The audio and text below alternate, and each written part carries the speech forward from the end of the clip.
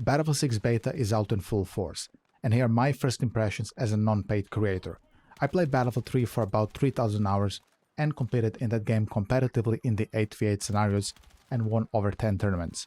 So I think I have a pretty good idea of what Battlefield used to be like and how Battlefield 6 really compares to these older games, because Battlefield 6 was, in their own words from EA and DICE, inspired heavily by Battlefield 3, BF4 and Bad Company 2.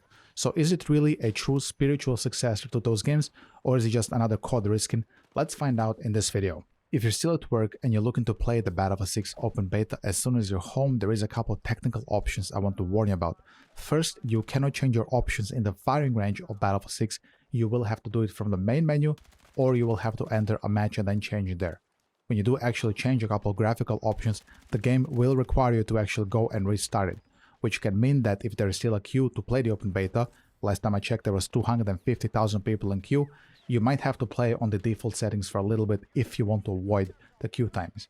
Additionally, the temporal anti-aliasing is also enabled by default. It's forced, so I highly recommend you change this as soon as you log in. That prompt will not require you to restart your game.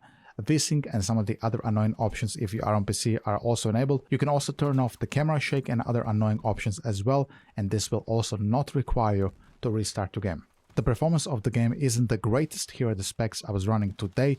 I had between 80 and 150 FPS. The most FPS I had was on this map, Capstone, and the other maps, Abbasid and the other city map, I had around 80 and 90 FPS. Definitely leaves a lot left to be desired when it comes down to the polishing of the game and preparing the performance to be accessible to everyone. I am building a new PC, a true beast for 5,000 euro. I'm going to have a 5090, I'm going to have a 9800 X3D, but I believe that you shouldn't need to have a 5,000 euro computer to reach 300 FPS on a first-person shooter in this day and age. So I think there is still work to be done when it comes down to performance. Overall, in my first match, I had pretty good amount of fun, I have to admit. Really felt like I'm playing a Battlefield game, my first match on Capstone Breakthrough. I started as Assault and went 40-7 for my first match, as enemy failed to take the first sector. Though mostly using the shotgun on the Assault seems like a very strong weapon. The Assault rifle on the other hand felt decent, but I think these automatic guns are really made to be maxed out in the gunsmith. But as all attachments are locked in the beta, this might take you a while to grind out and experience the full potential of a weapon.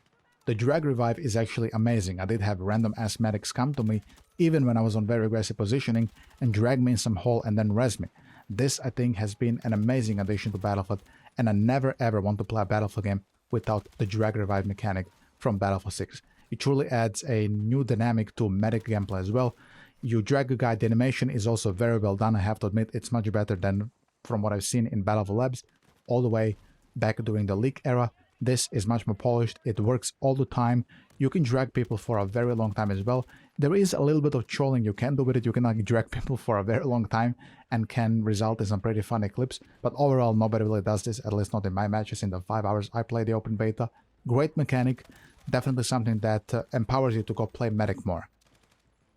For my first few hours in the beta, I played only Breakthrough, and I was put on defense very often. It seems people leave defense on Breakthrough very much, meaning you will be filling in for that spot, which can be a little bit frustrating. It breaks the harmony of the you attack once, defend once mentality when this happens. Hope they somehow make it that you don't just fill defense lobbies as a solo player for the full launch of the game. Alright, let's talk Slide. So Slide offers a pretty high jump at the end of it, and allows for 180-degree camera turns during it. There is also a bugged version of the Slide which allows for an even longer slide. I tried it, but it seems to only work in the test range, so you don't have to worry about that too much.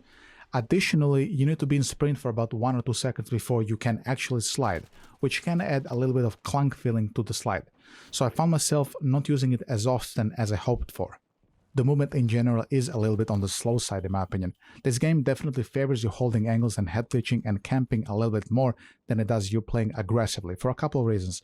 First, if you were to play aggressive, you will probably play medic because you need smoke to actually smoke up all the lines of sight and head glitches that people are holding on. And because there is a lot of destruction in Battlefield 6 Open Beta, there is also a lot of angles you have to worry about.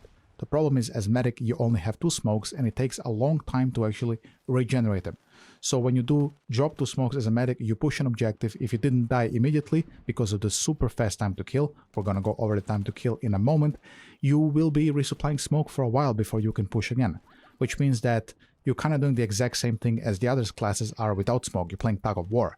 So this is the game in a nutshell right now, in my opinion. You play tug of war, Battlefield 3 BF1 style. The super aggressive players are not very rewarded in Battlefield 6 as of right now. The gunplay personally is not my cup of tea. The weapons seem to have a lot of bloom and spread to them, but I'm not going to judge it fully yet because I think the gunplay in Battlefield 6 is really tied to the gunsmith system. I want to max out a couple of guns, see how they feel when I have all the attachments I want to run on, and then I want to see how it feels. Because from the Battlefield 6 multiplayer creator events, many people were saying that their guns have 1,000,000 recoil. And my guns in Battlefield 6 Open Beta recoil so much that it becomes borderline unplayable on certain ranges when you play with the full auto weapons.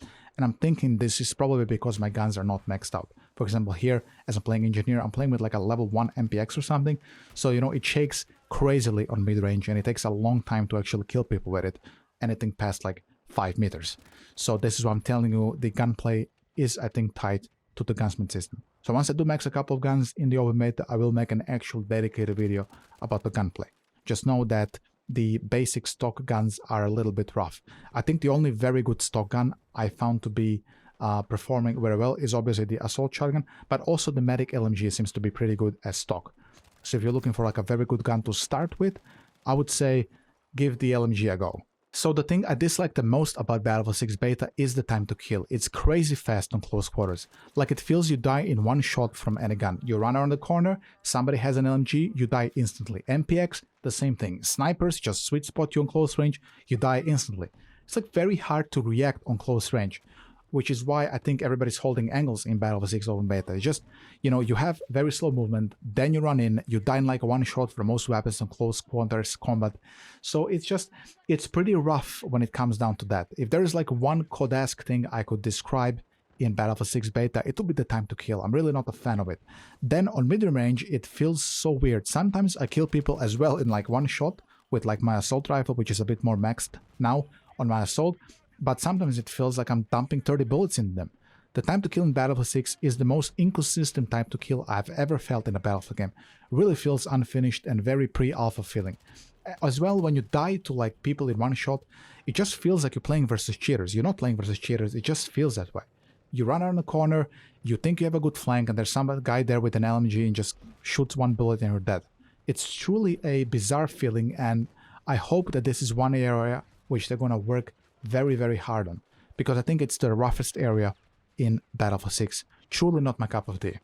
And finally, let's talk tanks and LAVs. I was playing LAV for one round, and I have to say I really enjoyed my time in the LAV for a couple of reasons. First, you have incredible damage with the main gun on the LAV, the stock gun. It seems to one-shot people in the body or two-shot them on like any range. It feels really good to use, and I think it's like the strongest main gun on an LAV that I've ever felt in Battlefield. You can clear head glitches with it very fast. The driving, however, felt very floaty to me. It didn't seem like they improved much of it coming in from Battlefield 2042 and Battlefield Labs. It feels the same floaty, kinda hovering feeling it has. Also, the aiming in the first person didn't feel great as well. It felt like there's some input lag there. I'm not sure if it's input lag, but it just didn't feel very smooth like playing infantry, if that makes sense. There are other things you can have on an LAV. There is some type of a jammer, which seems to jam nearby tugs and so on. So if you are transporting infantry in the LAV and the bailout, if there's a tugs nearby, it seems you jam it with the LAV. The problem is I couldn't really find a menu to actually inspect what my LAV is actually using. So I have no clue what exactly the jammer does, but it seems to me it just blocks like intel stuff from the recon. The other big thing I really enjoyed in the LAV was the ammo regeneration you seem to have now in Battlefield 6. So it doesn't always work, but it works when you have only 1 or 2 mags left in your tank or LAV. He will start to regenerate ammo passively, which is nice, which means you don't have to leave the heat of the battle to find a station somewhere to regenerate while your team is fighting without you. So you can stay in the battle, keep fighting, you just won't be as effective as you were when you had full ammunition, but you're still there and you're not leaving them to dry. I think this was a very good decision from them to add this. Additionally, the tank gunner HMG is absolutely insane. Like the tank gunner on both the tank and the LAV is stronger than the tank and the LAV. Yes, you heard me correctly. You kill people with a tank gunner in 3 shots on any range, it feels to me. I had a round with my friend, he was driving the tank, and I just wanted to try the repair tool a little bit, and I went into the gunner seat and I just went on like 60 kill streak. I killed people so quickly with it, it feels incredible. So if you are a tank gunner, there's a pretty big surprise waiting for you if it stays that way in the full version of Battlefield 6. As well as Gunner, you have access to smoke, which is a new feature in Battlefield. You have a 4-pack of smoke nades as a gunner, so you can shoot them forward in front of your tank. It seems rather like useless in most scenarios, but sometimes if the tank is super low on health, you can smoke in front of you so he can escape. But that also means you're blocking his vision. There is no thermal in beta, so he cannot really see through smoke. But you can block other tanks as well, so it's just a gimmick that I think is, harmless, but I guess I'm happy it's there. So I'm gonna stop here because I don't want to do a full review. This is just my first impressions. Is Battlefield 6 a Call of Duty clone? No, not really. Like I said, the only thing that felt COD to me was the time to kill. This is a slow tug-of-war type of game like Battlefield 1 and BF3. I think in that regard, it's nothing like COD in its gameplay. Maybe you can make an argument some of the visual aspects of it are like COD, but in gameplay, it's absolutely nothing like COD. You have to believe me there, at least in that regard. Maybe in skins they do later, maybe there's gonna be something like Call of Duty, but in gameplay, no, not really. But I'll give you my honest opinion. I do believe Battlefield 6 could use maybe 6 months delay. I was always one of the people who was saying Battlefield 6 is going to come out in October no matter what, as early as January this year. Nobody believed me. Here it is, it's coming. The game, I think, is a solid addition to the Battlefield franchise. It is definitely a return to form when you compare it to Battlefield 2042. We are going back to, slower games. We are going back to more realistic graphics, to better destruction, to more squad play, to new squad-based mechanics. But I think a 6-month delay to polish out the performance. The UI is also a mess. I didn't talk about the UI too much, but it's not my favorite either. It does feel very pre-alpha, the UI to me. Definitely not something I would want to be there as a final product. We're not going to get this 6 months. This is EA we're talking about. But I think if the game had this 6 months more, I think it would be a much more polished product than it is currently. But if your main concern was this Call of Duty or Delta Force, it really isn't. Like, it's its own thing. Is it Battlefield 3 and BF1? It's also not BF3 and BF1. It takes aspects from BF3 and BF1. Like I said, a bit more tug-of-war based gameplay. But it's really its own game. So if you're coming home now from work after you watch this video, go get the beta. If you have gotten a key from a creator, go try it out for yourself. And then you can return to this video and tell me how you felt. If you enjoyed watching this video, then leave a like and a comment. I try to give you a fast and dirty one just so you know how I feel about the game. Overall, I feel that it's a decent game for sure. I like it more than Delta Force, which is a good thing, and I like it more than Call of Duty Black Ops 6, which is a good thing, which means currently this is probably the best first-person shooter on the market when it comes down to the combined arms genre. I wish it had more polish, I wish the UI was better, and I wish the vehicle physics were fixed, and this time to kill is truly criminal. I really hate the time to kill. I hope they experiment a little bit more on it. So that's it from the video. If you were new here, leave a subscribe. I will be pumping Battlefield 6 content. I'll see you in the next video. Bye bye, have fun in the beta.